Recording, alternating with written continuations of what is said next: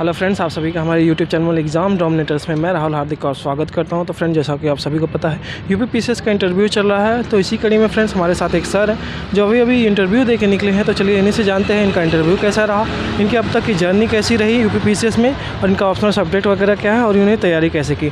तो सर, सबसे पहले तो हमारी तरफ से, हमारे चैनल की तरफ से आपको इंटरव्यू की बहुत बहुत शुभकामनाएं। धन्यवाद। तो सर ये बताइए कैसा था माहौल आज का इंटरव्यू का, और आप क्या अंदर जाते वक्त नर्वसनेस फील हुई आपको? नहीं सर, नर्वसनेस फील नहीं, क्योंकि ये मेरा 5वां अटैम्प्ट था और मैं लगभग दूसरा बार इंटरव्यू दे रहा हूँ और 3 बार मेंस लिखा हूँ। तो नर्वसनेस तो इस प्रकार की कोई चीज़ें नहीं थी, लेकिन वहाँ पे जाने के बाद आप जैसे ही बोर्ड के अंदर जाएंगे तो सर खुद आपके साथ अच्छे से सरल स्वभाव चीज़ें बहुत अच्छे तरीके से हो रही हैं। कोई उसमें घबराने की बात नहीं है। सबको मैं कहूँगा कि किसी प्रकार की कोई घबराहट न करे वो कोई। तो सर ये बताइए आपका नाम क्या है, आपका एजुकेशनल बैकग्राउंड क्या है और आप कहाँ से? मेरा नाम मानवेंद्र है, मैं गोरखपुर का रहने वाला हूँ और मैं BSc और MA किया। और सर ये यूपी पीसीएस में आपका कौन सा अटेम्प्ट था और आपका ऑप्शनल सब्जेक्ट कौन सा? 5वां अटेम्प्ट है हिंदी साहित्य। और सर आपका हिंदी साहित्य आपका ऑप्शनल है। तो सर आज आपसे इंटरव्यू में किस प्रकार के क्वेश्चन पूछे गए, कौन सा सेगमेंट से ज़्यादा पूछे गए आपसे? मेरा तो अगर देखा जाए तो करंट से भी कुछ क्वेश्चन पूछे थे। जैसे उन्होंने सीरिया और तुर्की में जो भूकंप आया उसको लेकर के उन्होंने पूछा, फिर कोलोजियम व्यवस्था को लेकर के क्वेश्चन पूछा, फिर जजों की नियुक्ति को लेकर के पूछा, फिर उसके बाद अगर हम इकोनॉमिक्स में देखें तो CRR क्या होता है, MSF क्या होता है, और फिर इन्फ्लेशन के कारण क्या हो सकते हैं, ऐसे क्वेश्चन उन्होंने पूछा। और हिंदी साहित्य में देखा जाए तो प्रेमचंद, क्योंकि मैं गोरखपुर से रहने वाला हूं, तो उन्होंने प्रेमचंद से लिंक करके और कबीर से लिंक करके वो क्वेश्चन पूछे हमसे। और सर कोई सिचुएशनल बेस्ड क्वेश्चन? हाँ, उन्होंने पूछा कि अगर आपको अपने क्षेत्र का DISP बना दिया जाएगा तो किन 2 मुद्दों पर आप सबसे अच्छा काम करेंगे। करंट इशू से रिलेटेड कोई क्वेश्चन सर? हाँ, करंट इशू से बताया तो मैंने, सीरिया तुर्की को लेकर के उन्होंने पूछा। फिर उन्होंने पूछा कि यूपी का बजट कितना है, तो उसको लेकर के पूछा। फिर बजट में हाँ एक बात और पूछा, G20 के लिए उत्तर प्रदेश में किन शहरों को इन्वेस्टमेंट के लिए नामित किया गया है। जैसे बनारस हुआ, 4 राज्यों को, सॉरी 4 जिलों को। और सर कोई और यूपी स्पेसिफिक अलग से कोई क्वेश्चन आपसे? नहीं, फ़िलहाल ऐसा कुछ क्वेश्चन नहीं था। फ़िलहाल उन्होंने भूकंप क्या होता है, अर्थक्वेक, और उसके आने के क्या कारण हो सकते हैं, और उसके जो तीव्रता है कैसे मापी जाती है, सब पूछा। और सर हिंदी साहित्य में और कोई आपसे दोहा वगैरह या कोई चीज़ें पूछी गई सेगमेंट से? कबीरदास का, उन्होंने कबीरदास से रिलेट होकर के एक दोहा पूछा, और प्रेमचंद पूछे कि कोई आंचलिक उनका जो उपन्यास है, कौन सा उपन्यास सबसे फेमस हुआ, तो उसको लेकर के उन्होंने क्वेश्चन पूछा।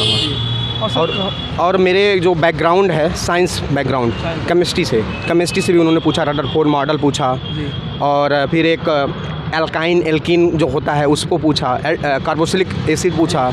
तो सर इतिहास वगैरह से कोई प्रश्न आपसे? हाँ, इतिहास उन्होंने पूछा था, पानीपत का तृतीय युद्ध किसके बीच में लड़ा गया और कब लड़ा गया, और गांधी का असहयोग आंदोलन की गांधी जी की क्या भूमिका रही।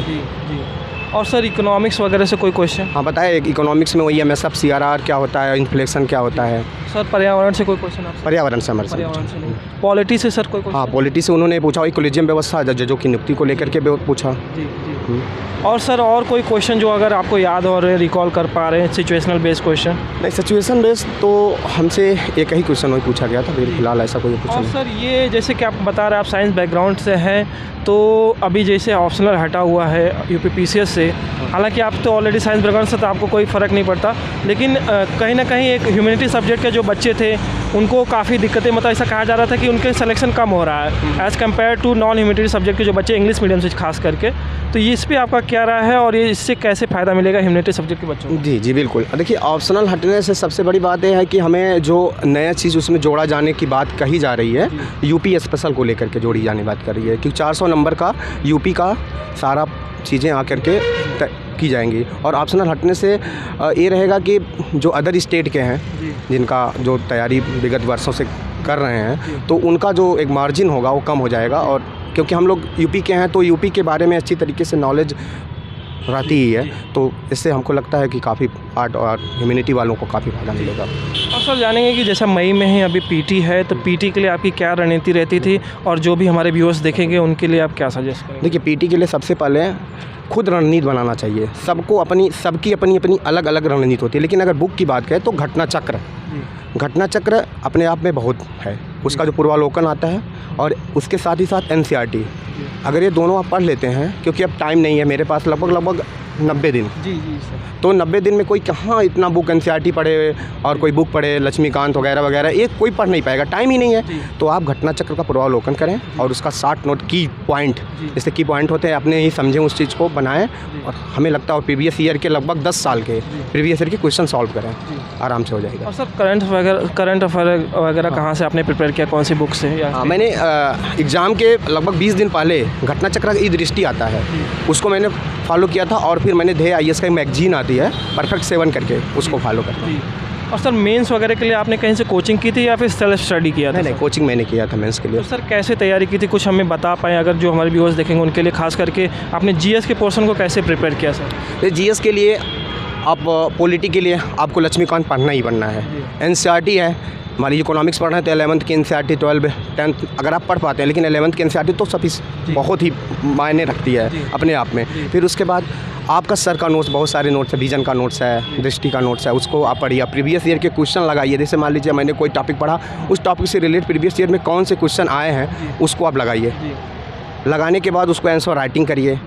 और इथिक्स की बात किया जाए तो इथिक्स के बहुत सारे नोट्स हैं, दृष्टि का भी नोट्स आता है, ध्येय का भी नोट्स है, तो आप उनके नोट्स से ही काफ़ी है। निबंध वगैरह के लिए? निबंध के लिए देखिए, निबंध का स्किल जो होता है, एक बुक आती है दृष्टि की, उससे मैंने पढ़ा था। और एक ध्येय में एक क्लास चला था, बहुत ही शानदार क्लास हो चली थी, तो मैंने उनको ही फॉलो किया था, श्वेता मैम करके हैं, तो मैंने उन्हीं को फॉलो करके काफ़ी उस पर वर्क करके पढ़ा। और लगभग हमको लगता है सप्ताह में एक बार निबंध जरूर लिखें, चाहे पेपर रहे चाहे न रहे। इससे आपका स्किल भी बढ़ेगा, स्किल बढ़ेगा कि हाँ, शब्दों का जो हम गलतियाँ करते हैं मात्राओं में, जैसे पुनर्स्थापना है वगैरह, तो हम लोग न पे रेफ वाला र लगा देते हैं, तो उस सा पे लगता है। तो इस प्रकार के जो चीज़ें होती हैं, वो गलतियाँ हमें लगता है कम होंगी। और सर मैं ये जानना चाहूँगा, जैसा कि आपको भी 3-4 अटैम्प्ट लगे यहाँ तक इंटरव्यू तक पहुँचने में, तो क्या ऐसी मतलब जब भी लो फेसेस आता था आपके तैयारी के दौरान, कभी कोई डिमोटिवेशन भी होता है, तो उसके लिए क्या करते थे आप? और हमारे जो भी व्यूअर्स देखेंगे उनके लिए क्या सजेस्ट करेंगे कि जब भी वो लो मोटिवेटेड फील करें तो क्या करें? देखिए, अगर लो मोटिवेट आप खुद हो जाएंगे तो आप उस चीज़ को कर नहीं पाएंगे। जब मैं ऐसा मतलब कभी कभी होता था, मेरा एक बार 2 बार PT नहीं निकला, तो मैं यार क्या इसमें लगा है, तैयारी नहीं करेंगे वगैरह। तो इसके लिए आपको खुद अंदर से एक एनर्जी लानी पड़ेगी कि नहीं, हमें करना तो करना है, ये आपको खुद करना है। लोग कहते हैं कि नहीं ऐसे नहीं, ऐसे पढ़ो, क्या ऐसे पढ़ो?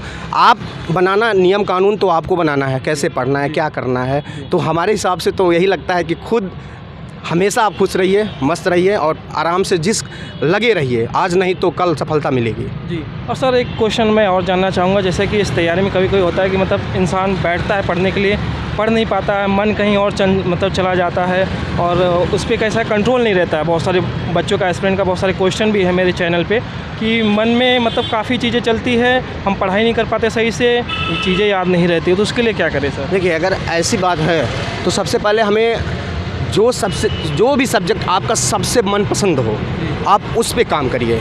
वैसे मान लीजिए मेरा पॉलिटी है या हिंदी साहित्य है, तो मैं हिंदी साहित्य के जो प्रेमचंद्र के गोदान हुआ, मैलांचल हुआ रेणु जी का, तो हम उसको पढ़ें ताकि मेरे अंदर एक एनर्जी भाव आए। या कोई वीडियोज़ बहुत सारे पड़े हुए रहते हैं यूट्यूब पे विकास सर का, आप उसको सुनिए तो एक अंदर से एनर्जी आएगी, हाँ नहीं हमें करना है। जैसे आप भी तो कोई भी ऐसे होता है कि हम कहीं जाते हैं, नहीं यार हमें करना है, हम कोई चीज़ सुन करके, किसी का मोटिवेशनल थिंकर चीज़ को सुन करके, तो हमारे अंदर एक एनर्जी आती है कि हाँ नहीं हमें इस चीज़ को करना है तो करना है। और सर हमारा आपको कौन सी लाइन मोटिवेट करती, तो वो पूछने का मेरा मतलब हमारा बस एक ही फंडा रहता है कि लगे रहो।